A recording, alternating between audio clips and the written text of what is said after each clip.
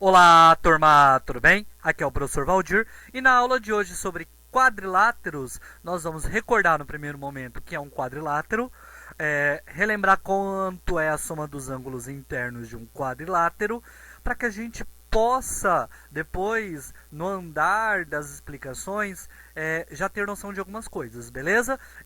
O nosso intuito da aula de hoje é classificar alguns quadriláteros especiais, saber olhar, identificar nesse quadrilátero algumas características dele, beleza? Então, a nossa aula inicia-se com a classificação do que é um quadrilátero, né? O quadrilátero ele é um polígono que tem 4 lados, né? E a gente sabe, ou 4 vértices, ou 4 ângulos, mas ele contém essa quantidade, né?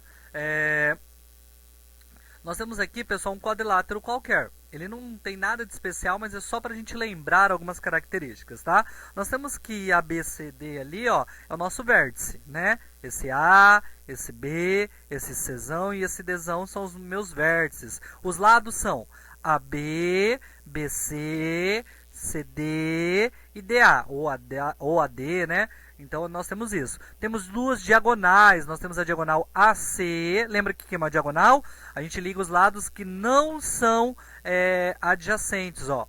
O lado AB e o lado AD são adjacentes. Então, eu ligo o A com C que não são adjacentes. Beleza?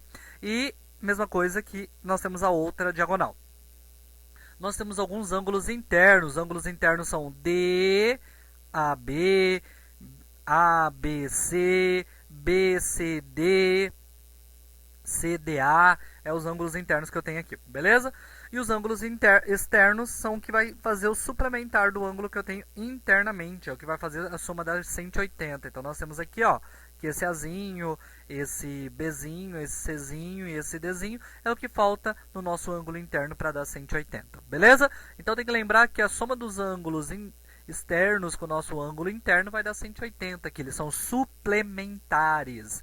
Beleza, pessoal, até aqui? Aqui a gente só fez uma retomada e a gente vai lembrar qual que é a quantidade da soma dos ângulos internos desse quadrilátero. Só que antes da gente falar sobre a soma desses ângulos internos, vamos relembrar uma propriedade que diz que a soma dos ângulos externos de qualquer polígono convexo nós temos que é 360. Então, aqui, indiferente dos valores do Azinho, Bzinho, Czinho e Dzinho, quando eu somá-los, tem que dar 360, porque ele é um polígono convexo. Beleza? Pessoal, então a soma dos ângulos internos de um quadrilátero convexo é dada pelaquela formulazinha S igual a N menos 2 vezes 180.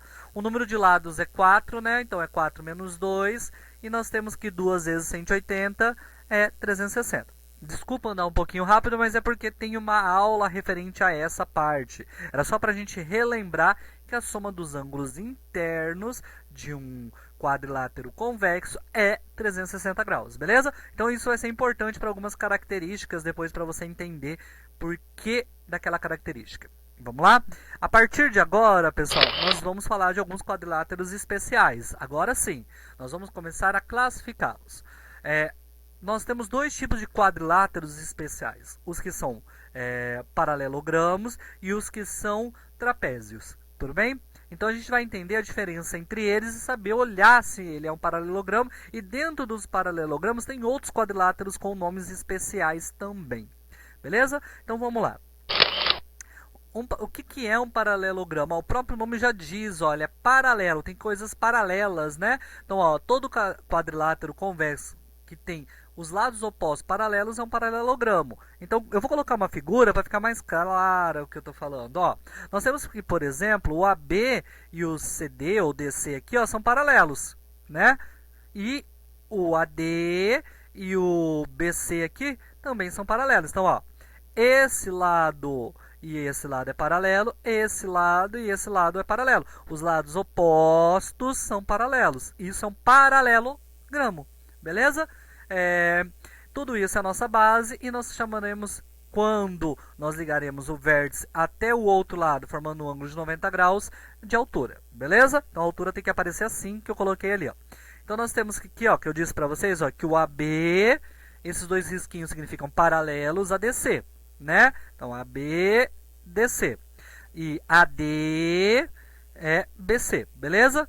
AB é uma das bases, né? Nós temos que AB é uma das bases. E DE é a altura relativa ao lado AB, ó. DE é a altura relativa ao lado AB. Tudo bem? É só para você entender o que eu disse para vocês, que a altura é perpendicular aqui. Tudo bem? Então tá, pessoal. Então, paralelogramo, lados opostos paralelos. É isso. Lembrou disso, você vai lembrar que é um paralelogramo. Vai ficar claro agora alguns paralelogramos especiais, ó, que são esses. Os losangos, os retângulos e os quadrados. Aqui eu vou trazer algumas características importantes que você tem que saber quando você olha qualquer um deles. Porque todos eles são paralelogramos, mas também serão outros nomes fora isso, tá? Vocês vão entender quando eu começar a explicar aqui. Vamos lá? Vou colocar aqui o losango para lembrar o que é um losango. Ó. O losango, ele tem os lados de mesmo tamanho. Só que os ângulos aqui não necessariamente. Os ângulos opostos sim, tá? Esse ângulo é igual a esse e esse ângulo é igual a esse. Tá? Então, para ser um losango, não precisa todos os ângulos ser iguais. Os ângulos opostos são iguais, só que todos os lados são congruentes. Então, isso é uma definição para losango. Lados congruentes, lados de mesmo tamanho, e ângulos opostos congruentes. Beleza? Retângulos. Retângulos são paralelogramos que têm os 4 ângulos congruentes. Então, esse ângulo, esse ângulo, esse ângulo, todos são do mesmo tamanho. Se a gente tem 4 ângulos, pensa comigo, ó. A soma dos ângulos internos de um quadrilátero é 360. Se eu tenho 4 ângulos congruentes, 4 ângulos de medidas iguais, nós fazemos 360 dividido por 4, que dá 90 graus, um ângulo reto. Ó. Por isso que nós temos que todos os ângulos são retos. Então, o retângulo, os ângulos são retos e os lados opostos são paralelos, né? Ó, tudo bem? Qual é a diferença, então, do paralelogramo para o retângulo? É que todos os ângulos é reto, tá? Ah, mas professor, o retângulo não é um paralelogramo? Ele é um paralelogramo especial, tá? Nem todo paralelogramo é retângulo, mas todos os retângulos são paralelogramos, beleza? É a mesma coisa do losango, nem todo losango, nem todo paralelogramo é losango, mas todos os losangos são paralelogramos. Eu vou colocar o último e vou trazer características interessantes aqui, ó. O que o quadrado tem de diferente do retângulo? O quadrado tem que, além dos ângulos serem todos do mesmo tamanho, serem todos ângulos retos, nós temos que todos os lados são do mesmo tamanho, tá? Que, na verdade, isso não ocorre no retângulo. Os lados opostos são do mesmo tamanho, tá? Mas os lados que não são opostos não precisam ser do mesmo tamanho. Por exemplo, esse lado e esse que são adjacentes, eles têm tamanhos diferenciados. Já no quadrado isso não ocorre, beleza? Ó, olha informações importantes sobre isso aqui, eu vou trazer agora, anota aí, ó. Nós temos o seguinte, nós temos que o quadrado, ele também é um losango. Só que ele é um losango especial. Por que o quadrado é um losango? Porque para ser losango tem que ter 4 lados congruentes, 4 lados do mesmo tamanho, beleza? Então, nós temos isso, ó, 4 lados do mesmo tamanho. E os ângulos opostos também são do mesmo tamanho. Então, ele é um losango. Todo quadrado é um losango? Todo quadrado é um losango. Mas nem todo losango, ó, o exemplo aqui, ó, é um quadrado. Beleza? Mesma coisa, um quadrado também é um retângulo. Por quê? Porque todos os ângulos são retos. Beleza? Mas nem todo retângulo é quadrado, mas todo quadrado é um retângulo. Beleza, pessoal? Espero que tenha ficado claro até aqui. E a gente continua, então. É o que a gente acabou de falar. Os lados opostos de um paralelogramo sempre são congruentes, são do mesmo tamanho, né? Então, é o que a gente falou aqui, ó. Esse lado e esse lado são do mesmo tamanho, esse lado e esse lado são do mesmo tamanho, e ele é um paralelogramo. Aqui também no retângulo a gente tem isso, e no quadrado principalmente, né? Nós temos que os lados opostos são do mesmo tamanho. Beleza? Fora isso, pessoal, nós temos o seguinte, né? Que os ângulos opostos de um paralelogramo são congruentes. Então, a gente tem a obrigatoriedade que eu falei para vocês no losango. Ó, esse ângulo ser do mesmo tamanho desse. Esse ângulo ser do mesmo tamanho desse. Tudo bem? Aí nós temos, pessoal, que aqui também ocorre no retângulo, né? Mas todos os ângulos no retângulo são 90, então todos são iguais, mas os opostos são obrigatoriamente sempre congruentes. Isso também vai ocorrer no quadrado. Tudo bem? Para a gente continuar aqui, pessoal, nós temos o seguinte. nós temos que, se a gente fazer a diagonal de um quadrilátero, que seja um paralelogramo, elas se cortam exatamente ao meio. Por exemplo, esse tamanho do A até o M é o mesmo tamanho do M até o C. Por exemplo, se do A até o M vale 10 centímetros, do M até o C também vai ser 10 centímetros. E o mesmo ocorre aqui. Do B até o M é o mesmo tamanho, tem a mesma medida do que do M até o D. Nós dizemos que BM é congruente a MD, AM é congruente a MC. Então, essas informações são importantes. Então, foi paralelogramo, fez a diagonal, elas vão se encontrar no ponto médio entre elas. Ela vai se dividir exatamente ao meio. Beleza, pessoal? Então, e é isso que a gente tem de informação. E aqui também, ó. Nós temos tanto no quadrado que isso é muito importante. Tudo bem? Fora isso, nós temos algumas propriedades, né? Para alguns paralelogramas. Nós temos o seguinte, que as diagonais de um retângulo são congruentes. Nós temos que essa diagonal é do mesmo tamanho que essa. Beleza? Aí o paralelogramo que é um losango, ele tem algo diferente. Ele divide exatamente o ângulo que ele corta ao meio. Então quer dizer que esse tamanho é igual a esse. Tá? E fora isso, pessoal, eles se encontram no centro, formando um ângulo reto. Então, o encontro das diagonais do losango sempre vai formar um ângulo reto. E fora isso, eles são bissetris, que é o quê? Divide o ângulo ao meio. Por exemplo, se o ângulo aqui valesse 60, nós temos que ficou 30 aqui, 30 aqui. Beleza? É isso que ela faz. Então, ela divide o ângulo ao meio e se encontram formando um ângulo de 90 graus. E também tem o mesmo tamanho com o ponto médio. Então, D até o centro aqui, que por exemplo é o ponto médio, é M. Né? De D a M é a mesma coisa de M a B. Tudo bem? Isso a gente não pode esquecer. Tá? Ela sempre se divide ao meio, formando um ângulo reto. Tudo bem? Então, por exemplo, se aqui vale 5, aqui embaixo vale 5. Se aqui vale 10, aqui do outro lado também vale 10. Ao todo, essa diagonal, 5 mais 5, 10, 10 mais 10, 20. Esse é o tamanho total, por exemplo, dessa diagonal. Só para ficar claro. Beleza?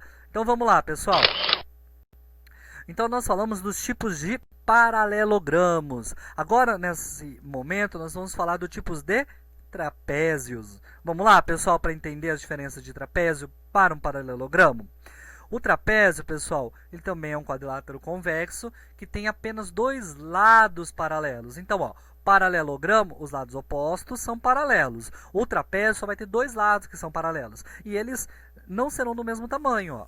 Nós temos que aqui o A até o B, aqui, ó, que é um trapézio isso aqui, o A até o B é paralelo ao lado do D até o C. Tudo bem? Então, esse lado é paralelo a esse. Porém, pessoal, o A até o D e do B até o C não são paralelos. Eles, se a gente continuasse aqui, eles iam se cruzar, eles seriam concorrentes. Né? Então, nós temos o seguinte, ó, que os lados paralelos aqui são A, B e CD, né? B e CD, e também são chamados de bases. Tá? Então, os lados paralelos são sempre chamados de bases, e a B é a nossa base maior, que a gente vai chamar de Bzão, futuramente, para fazer as contas. E o DC é a minha base menor, que a gente vai chamar de Bzinho, para facilitar. Tá? DE é a altura do trapézio. Lembrando que para fazer a altura sempre tem que formar um ângulo reto. E é perpendicular às duas bases. Né? Ela também forma 90 graus aqui em cima. Beleza? Pessoal, interessante quando a gente fala de trapézio, que se você observar quando eu traço a altura de um trapézio que ele não é retângulo, que a gente vai ver daqui a pouco, aqui sempre vai formar um triângulo. E esse triângulo eu consigo calcular essa altura utilizando o teorema de Pitágoras. É o que a gente vai fazer para resolver alguns problemas depois. Tudo bem? Então vamos lá, pessoal. Fora isso, a gente tem a classificação de tipos de trapézio. O trapézio se classificou em três tipos: isósceles, escaleno e retângulo. Do mesmo jeito que o triângulo, tá? A gente tem, de acordo com os lados, lá que a gente tem três tipos, aqui a gente também tem três tipos. O isósceles, pessoal, é aquele que os lados que não são paralelos têm o mesmo tamanho. Tá? É esse aqui. Então, ó, esse lado tem o mesmo tamanho que esse, que são os lados que não são paralelos. Então, a gente diz que eles são congruentes ou têm a mesma medida. Tudo bem? São trapézios cujos lados que não paralelos são congruentes ou têm a mesma medida, se fica mais fácil para vocês. O trapézio escaleno, nada é do mesmo tamanho. Beleza? Então, são trapézios cujos lados não paralelos não são congruentes, mas nada do mesmo tamanho. É tudo de tamanhos diferentes aqui. Tá? Mas a gente, para classificar, a gente só olha para os lados que não são paralelos. Nesse caso, como eles são diferentes, ele é escaleno. E para a gente finalizar, o trapézio retângulo é aquele trapézio que ele é escaleno, né, geralmente, e fora isso, ele é um trapézio que tem um ângulo reto, ele tem um lado que vai formar ângulos de 90 graus, tudo bem? É interessante que novamente a gente está falando de um trapézio, a gente está falando de um quadrilátero, que então a soma dos ângulos internos são 360, né? E como a soma dos ângulos internos são 360, nós sabemos que isso aqui tem 180, que é 90 com 90 é 180, sobra para esses dois lados aqui, ó, para esse lado aqui, o ângulo A e o ângulo em D aqui, é 180. Então nós temos que os dois aqui são suplementares. Então se aqui for, por exemplo, 60, aqui em cima tem que ser 120, né? Porque tem que dar 180, entendeu? Aqui, pessoal, é interessante no trapézio isósceles que os ângulos que estão do mesmo lado são do mesmo tamanho, tá? Eles são congruentes. Então nós temos que o ângulo aqui, ó, em D é congruente ao ângulo em C, que o ângulo em A é congruente ao ângulo em B. Beleza? São características que você tem que saber ali na hora que está falando de trapézios, né? Para ficar mais fácil para você. Então, como disse ali, tem um lado perpendicular quando ele é um trapézio retângulo, e os trapézios são também sempre escalenos. É o que eu acabei de falar para vocês. Beleza? A gente vai agora, pessoal, para algumas propriedades do trapézio isósceles, que é importante. Nós temos que os ângulos adjacentes a uma base de um trapézio isósceles são congruentes. É o que eu falei para você, ó. Esses ângulos são congruentes. Os de cima também serão congruentes. Por quê? Porque a soma aqui vai dar 180 e a soma aqui também vai dar 180. Beleza? E fora isso, para a gente finalizar a aula antes da gente ir para exemplo, as diagonais de um trapézio isósceles são congruentes. Então nós temos que essa diagonal aqui tem o mesmo tamanho dessa diagonal. Só que aqui, ó, diferente do paralelograma, elas não se dividem exatamente ao meio. Esse ponto aqui não é a divisão correta, não está bem no meio. Ó, só pelo desenho já dá para você ver. Só temos que o tamanho da diagonal de DB é o mesmo tamanho da diagonal de CA. Beleza, pessoal? Espero que tenha ficado claro e até a próxima aula.